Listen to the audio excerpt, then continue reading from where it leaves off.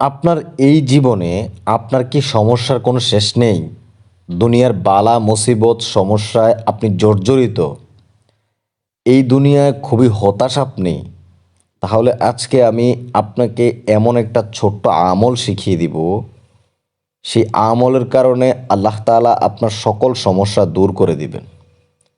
প্রিয় দিনী ভাই ও বোন, যে কোনো ধরনের সমস্যা ইনশাআল্লাহ এই দোয়ার এতটাই বরকত, এতটাই পাওয়ার যে এই দোয়ার কারণে আল্লাহ তাআলা আপনার সকল গুনাহ মাফ করে দিবেন এবং আপনার জীবনের যত আশা, ইচ্ছা, আকাঙ্ক্ষা, যত সমস্যা আছে দূর করে দিয়ে তা পূরণ করে দিবেন।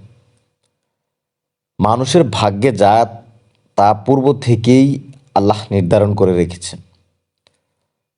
পবিত্র কোরআনে আল্লাহ তাআলা নির্দেশ দেন, পৃথিবীতে অথবা ব্যক্তিগতভাবে তোমাদের উপর যে বিপর্যয় আসে আমি তা সংগঠিত করার আগেই তা লিপিবদ্ধ থাকে। আল্লাহর পক্ষে এটা খুব সহজ।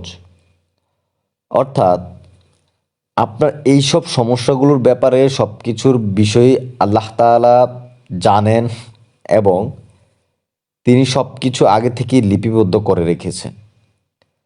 এখন আপনার এই সমস্যা আপনি কিভাবে দূর করবেন? আমি আপনার কাছে একটা প্রশ্ন রাখতে চাই। আপনি আপনার এই জীবনে কি এমন আমল করেন যে আমলের কারণে আল্লাহ তাআলা আপনার সকল সমস্যা দূর করে দিবেন? আপনি কি এমন ইবাদত করেন যেই ইবাদতের কারণে আল্লাহ তাআলা আপনার জীবনের জন্য যথেষ্ট হয়ে যাবেন? আল্লাহ তাআলা পবিত্র কোরআনে বলেন, আল্লাহ তার ইচ্ছা পূরণ করবেনই। আল্লাহ সব কিছুর জন্য স্থির করেছেন একটি নির্দিষ্ট মাত্রা। সুতরাং আপনি যদি মুমিন হন অবশ্যই আল্লাহ তাআলা আপনার সব কিছু পূরণ করে দিবেন। প্রিয় দিনী ভাই ও বোন, এই কারণে আমি আজকের এই ছোট্ট আমলটা নিয়ে এসেছি। ইনশাআল্লাহ এই আমলটা সবসময় করার চেষ্টা করেন। আপনার সকল সমস্যার জন্য এই আমলটাই যথেষ্ট হবে। নবী করিম সাল্লাল্লাহু আলাইহি ওয়াসাল্লাম বলেছেন, যখনই তোমরা সমস্যা দেখবে, বিপদ দেখবে, তখনই এই দোয়াটা বেশি বেশি আমল করার চেষ্টা করবে। এই দোয়াটা এতটাই ছোট দোয়া যে আপনি যে কোনো অবস্থাতেই, সর্বাবস্থায় এই দোয়াটা পড়তে পারবেন। হজরত আব্দুল্লাহ ইবনে দাইলামি রহমতুল্লাহ আলাই বলেন, আমি উবায় বিন কাব রাদিয়াল্লাহু তাআলা এর কাছে এসে তাকে বললাম, তাকদীর সম্পর্কে আমার মনে একটা দ্বিধার উদ্রেক হয়েছে। তাই আপনি আমাকে এমন কিছু বলুন যাতে মহান আল্লাহ তাআলা আমার মনের দ্বিধাদ্বন্দ্ব দূর করেন। তিনি বলেন, মহান আল্লাহ তার আসমান ও পৃথিবীবাসী সবাইকে শাস্তি দিতে পারেন, তারপরও তিনি তাদের প্রতি অন্যায়কারী হবেন না। পক্ষান্তরে তিনি যদি তাদের সবাইকে দয়া করেন তাহলে তার এই দয়া তাদের জন্য তাদের নেক আমল হতে উত্তম হবে। সুতরাং যদি তুমি ওহদ পাহাড় পরিমাণ স্বর্ণ আল্লাহর পথে দান করো আর তকদিরে বিশ্বাস না রাখো, তবে তা গ্রহণ করা হবে না যতক্ষণ না তুমি পুনরায় তকদিরে বিশ্বাস করবে এবং উপলব্ধি করবে যে যা তোমার ঘটেছে তা ভুলেও তোমাকে এড়িয়ে যাওয়ার ছিল না, আর যা এড়িয়ে গেছে তা কখনো ভুলেও তোমার বেলায় ঘটার ছিল না। আর এ বিশ্বাস ছাড়া তুমি মারা গেলে জাহান্নামে যাবে। সুনানে আবু দাউদ শরীফের হাদিস নাম্বার 4699। অর্থাৎ আপনার যা ঘটতেছে সব কিছুই আল্লাহ তাআলা ঘটাচ্ছেন এবং যা কিছু আপনি পান নাই সেটা আপনার ছিল না, আপনি আফসোস করতে পারবেন না। কারণ যারা তকদিরে বিশ্বাস করে না, ভাগ্যে বিশ্বাস করে না, তারা সরাসরি জাহান্নামী, সরাসরি জাহান্নামী। মুমিন ভাগ্যে সন্তুষ্ট থাকে।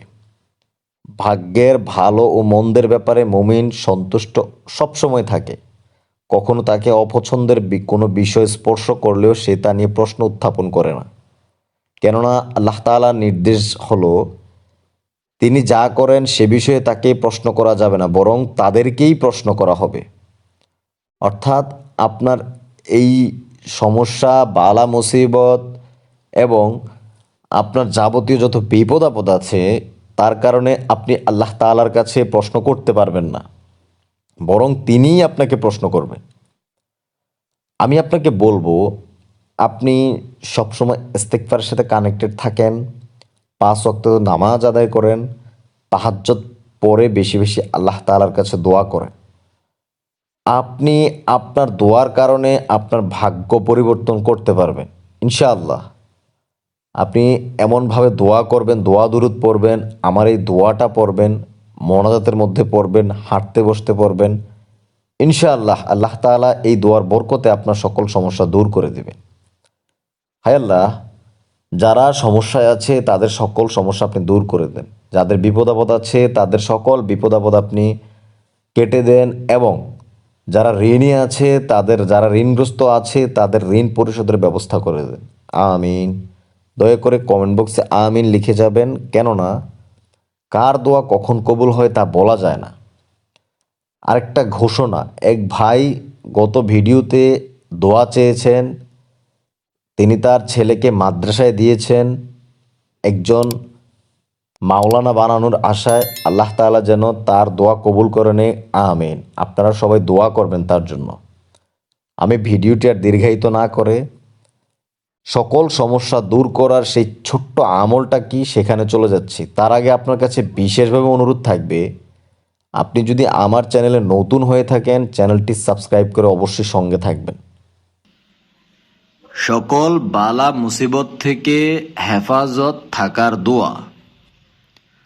উচ্চারণ: বিসমিল্লাহিল্লাযী লা ইয়াযুররু মা আসমিহি শাইউন ফিল আরজি ওয়ালা ফিস সামাই ওয়া হুয়াস সামিউল আলিম।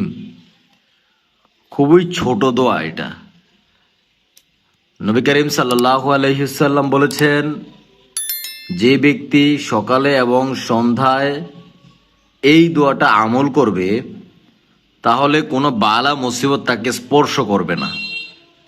আবু দাউদ শরীফের 5088 নাম্বার এবং মেশকাত শরীফের 2351 নাম্বার হাদিস। পড়েন দোয়াটা আমার সাথে যদি একটু পড়েন, মুখস্থ হয়ে যাবে ইনশাআল্লাহ কয়েকবার পড়লে। বিসমিল্লাহিল্লাযী লা ইয়াযুররু মা আসমিহি শাইউন ফিল আরজি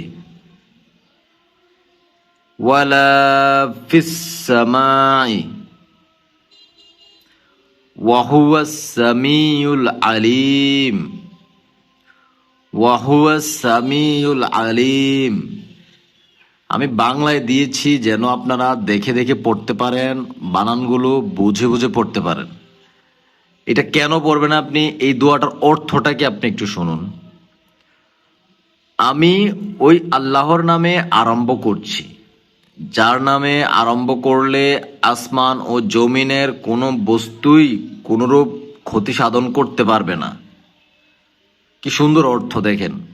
বেশি বেশি আমল করার চেষ্টা করেন, ইনশাআল্লাহ কয়েকবার পাঠ করেন, মুখস্থ হয়ে যাবে। প্রয়োজনে ভিডিওটি লাইক দিয়ে রাখুন, সেভ করে রাখুন, ভুলে গেলে যেন বারবার পড়তে পারেন। আর শেয়ার করে দেন, যেহেতু শেয়ার দেওয়ার সুযোগ আছে, শেয়ার দিয়ে মানুষকে দেন, মানুষ দেখুক, পড়ুক, আমল করুক।